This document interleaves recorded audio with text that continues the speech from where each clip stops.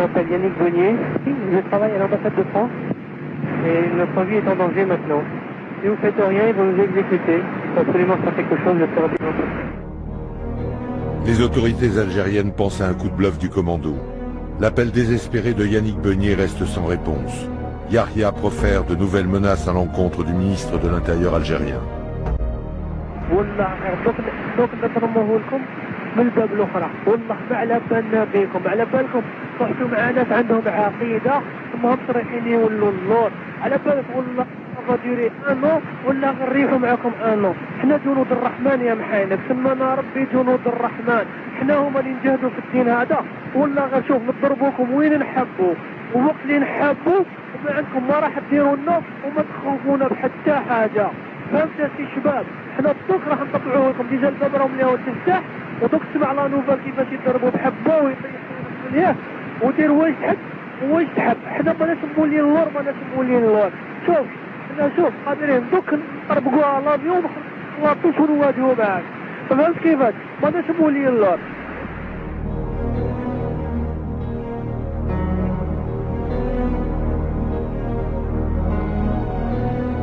J'ai entendu des coups de feu.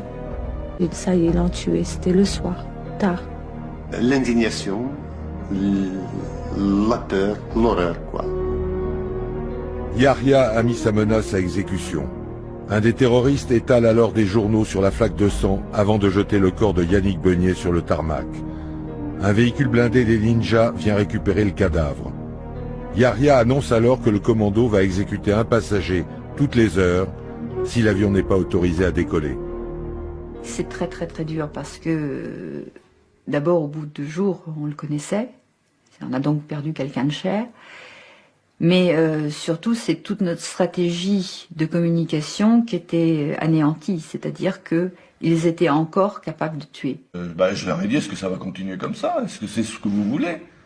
Vous voulez qu'on en tue un toutes les heures et puis on ne fait rien? Possible. C'est la mort de Yannick qui nous a permis de décoller.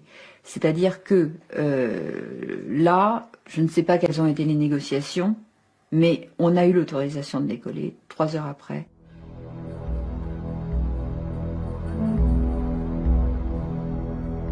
La passerelle où gisent encore les cadavres de 2 otages est retirée.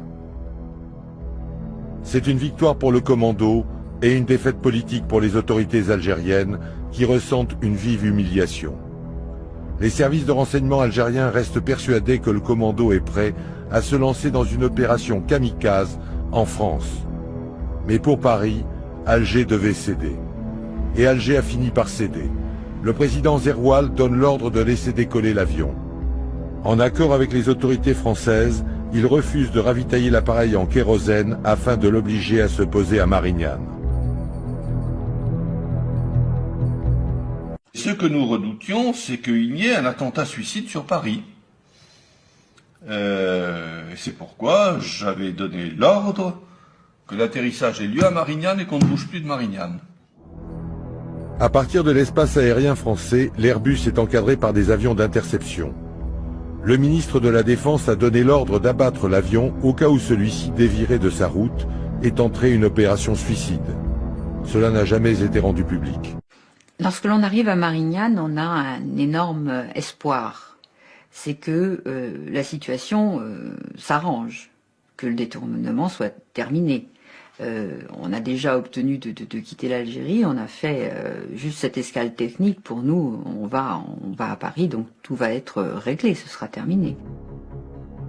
Le commando entame alors des négociations avec le préfet Alain Géhin. Les terroristes réclament 29 tonnes de kérosène pour se rendre à Paris. Beaucoup plus qu'il en faut en réalité. Étant donné la crainte que l'avion ne se crache sur Paris, il est hors de question pour le préfet d'accéder à cette demande. Il va donc gagner du temps. Qu'il n'y ait pas de kérosène à Marignane, un soir de Noël, bon, nous, ça nous fait un petit peu rigoler parce que on sait très bien que c'est faux.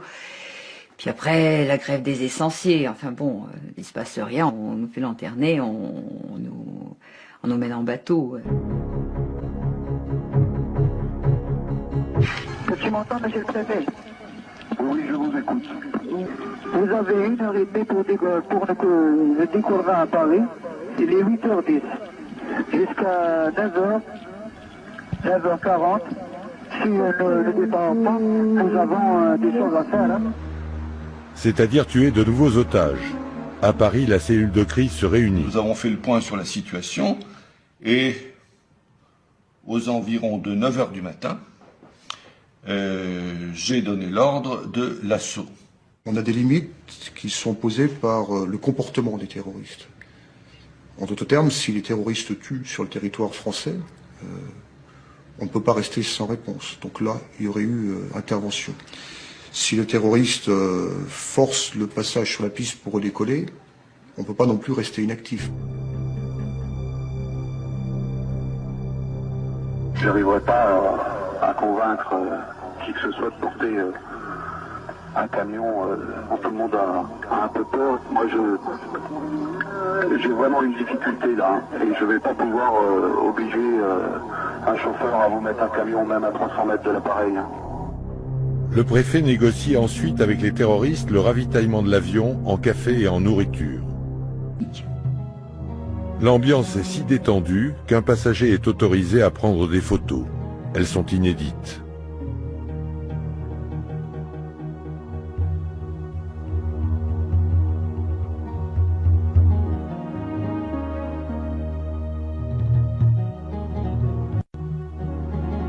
Et ils nous ont parlé d'une conférence de presse internationale qu'ils veulent organiser. Ils voulaient que toutes les télévisions du monde viennent les voir. Pour les négociateurs français, cette exigence des terroristes est une aubaine. Ils ont dit d'accord, nous allons les appeler. Et ils leur ont même fait croire à un moment donné que CNN ne peut pas venir puisqu'il n'a pas de correspondant à Paris. Il faut qu'ils aillent les chercher des États-Unis ou je ne sais pas d'où. Les passagers, les uns après les autres, se sont nettoyés. On a aussi pris des rasoirs électriques qui étaient dans les produits en vente. Et puis le commandant, le copilote et le mécanicien se sont rasés. Les 4 terroristes se sont rasés. Enfin bon, on s'est tous fait un petit peu propre. Et tout ça dans l'optique d'une conférence de presse. En signe de bonne volonté, les terroristes libèrent 2 passagers. On les fait parler, ils nous exposent ce qu'ils ont vécu à bord. Je dirais que ces éléments-là, même si pour eux ils peuvent apparaître anodins, sont extrêmement intéressants au plan tactique. Nous, on est avec eux depuis 48 heures.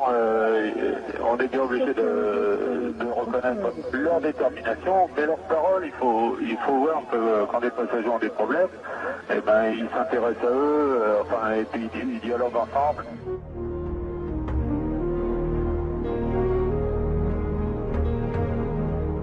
Et à la fin, ils leur ont dit, écoutez, les journalistes des télévisions, eux-mêmes, ont peur d'être pris en otage s'ils s'approchaient de vous. Ils ont dit ils sont en train de jouer sur nos nerfs et tout, ils font exprès, ils sont en train de gagner du temps. Là d'attendre les journalistes, Yahya, le chef du commando, exige du commandant de bord qu'il déplace l'avion pour venir se positionner au pied de la tour de contrôle. La tension monte rapidement et jusqu'à un point très, très critique. Pendant 50 heures, ils ne savaient pas qu'il y avait un micro avec lequel ils pouvaient communiquer avec les passagers. Et quand ils l'ont découvert... Ils ont mis le poste à fond avec le Coran. Ils ont commencé à prier. Et ils se sont même relayés, Yahya et le flingueur là, ils se sont relayés pour prêcher. Ça ne parlait que de la mort et d'accepter la mort et même de la souhaiter. On pense que oui, il va se passer quelque chose de grave, mais je ne sais pas quoi. Ils ont ramené une bombe comme ça avec plein de fils et tout. Après ils nous ont dit comme ça, on va l'exploser. Ils ont demandé aux passagers une montre à gousset pour pouvoir l'armer. Les gens ont été volontaires, ils leur ont remis des montres alors que c'était pour des minuteries pour faire exploser avec quelques bâtons de dynamite. Cette bombe, je vais aider Yaya à la fabriquer puisqu'il m'avait donné... Enfin, il avait des bâtons de dynamite puis d'autres choses, je sais pas quoi. Il m'avait demandé du sparadrap pour les assembler ensemble.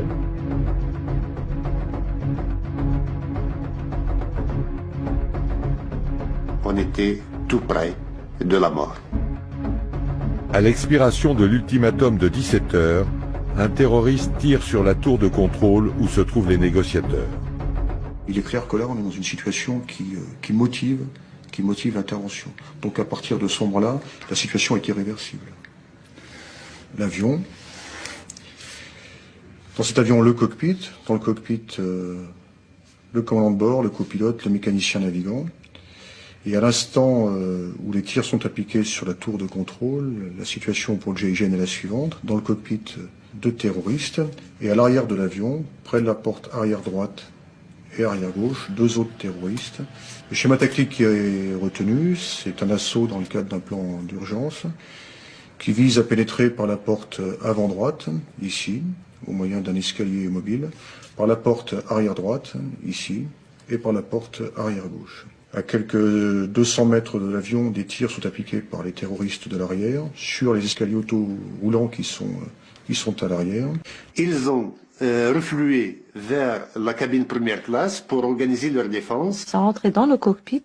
En ce moment-là, le GIGN, ils sont rentrés. Au moment de la pénétration dans l'avion, dans le cockpit, il y a 4 hommes. Le groupe qui pénètre par la porte avant droite, ici fait un barrage entre le cockpit et le reste de l'avion. Une fois que les terroristes ont été localisés dans le cockpit et que leur retour était impossible, il s'agit de travailler vraiment avec beaucoup de précision parce que dans ce cockpit, il y avait aussi des membres d'équipage. Je crie, couchez-vous, couchez-vous. Et dès cet instant-là, c'est l'apocalypse. J'entendais Allahu Akbar. Dieu est grand, Dieu est grand. Et de l'autre côté, j'entendais, oh les mains, personne ne bouge. Oh les mains, personne ne bouge. Mettez-vous par terre, tout le monde. Mettez-vous à plat ventre. Face à des gens qui vous tirent dessus, je veux dire, il ne peut pas y avoir de demi-mesure. Il faut être extrêmement rapide, il faut être extrêmement percutant. Il faut déployer une sorte de violence, mais de violence contenue. Alors que les gens qui pénètrent de l'arrière empruntent les couloirs latéraux pour venir au plus tôt sur l'avant prêter main forte au groupe de tête et procéder aux évacuations latérales par des toboggans de l'ensemble des otages qui sont situés dans l'arrière de l'avion.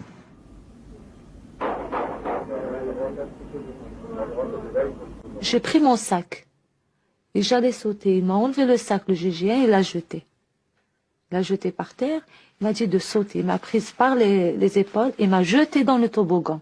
Je ne savais même pas où j'allais, je ne savais même pas quoi faire. J'étais là, je me retrouve en bas, en face d'un GIGN qui portait un masque. J'avais encore peur. Moi, j'étais bouillonnant, j'étais chaud, j'étais brûlant. J'avais la chair brûlante et quand je suis arrivé par terre, la terre était glacée. J'avais envie de la mordre, comme ça. J'avais tellement envie de la mordre pour rafraîchir un peu ce feu qui brûlait en moi. J'avais très très peur, il faisait très froid. J'étais à plein ventre et je pleurais, je hurlais, et je cherchais entre-temps ma nièce. J'étais comme ça, je rampais, je disais Mariam, Mariam, je veux me lever. Il m'a prise par la tête, il m'a dit non, ne vous levez pas, restez quand vous êtes, ne bougez pas, ne bougez pas. L'opération d'évacuation est terminée lorsque chacun a été fouillé. Il ne faut pas que des exactions puissent être exercées par un terroriste qui aurait réussi à se dissimuler parmi les otages. Très rapidement, on a pu enlever une bonne part de la décision en préservant la vie des otages. Après, il y a eu quelques instants d'interrogation, savoir si on allait pouvoir pousser au plus loin notre logique d'engagement et préserver aussi la vie des 3 membres de l'équipage qui étaient dans le cockpit. Le copilote, qui ne peut pas bouger son siège, qui est complètement bloqué, ouvre la fenêtre latérale et saute à l'extérieur. L'espace libéré va permettre aux tireurs d'élite d'atteindre les terroristes depuis la tour de contrôle. Le GIGN a eu de nombreux blessés dans cette opération. 10 d'entre eux ont été atteints par balle ou par grenade, ce qui suscite quand même un traumatisme lourd chez les hommes qui interviennent. Les blessés, on les voit, on les entend, donc il y a des doutes qui peuvent apparaître dans les esprits.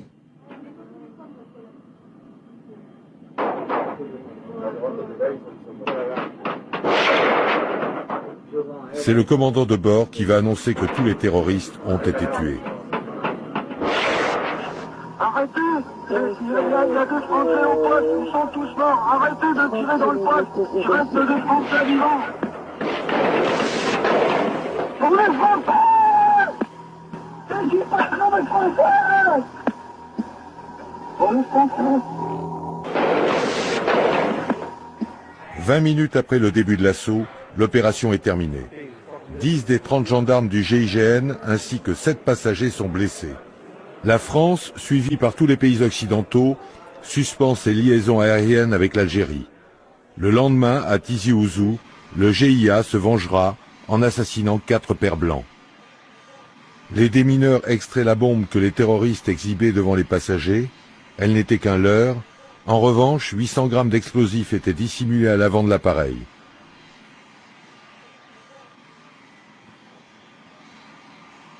Les corps des 4 terroristes sont évacués à 21 h.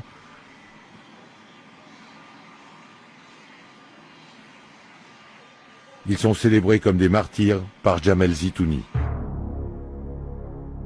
Lettre au faiseur de mort.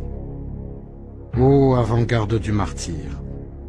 Peu importe la mort, du moment que c'est en musulman que je meurs.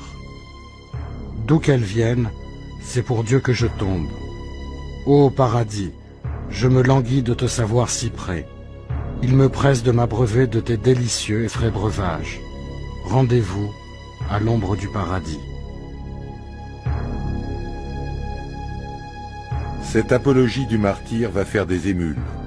Commenté par toute la presse islamiste, le détournement de l'Airbus va faire de Yahya et de ses complices les précurseurs d'une nouvelle forme de terrorisme. Pourtant, en décembre 1994, l'alerte avait déjà été donnée après l'épilogue heureux du détournement d'un Airbus d'Air France à Alger. Nous étions tous bons pour la boucherie, dans la mesure où l'intention première des terroristes était de faire un coup d'éclat kamikaze, de faire cracher l'avion sur la ville de Paris.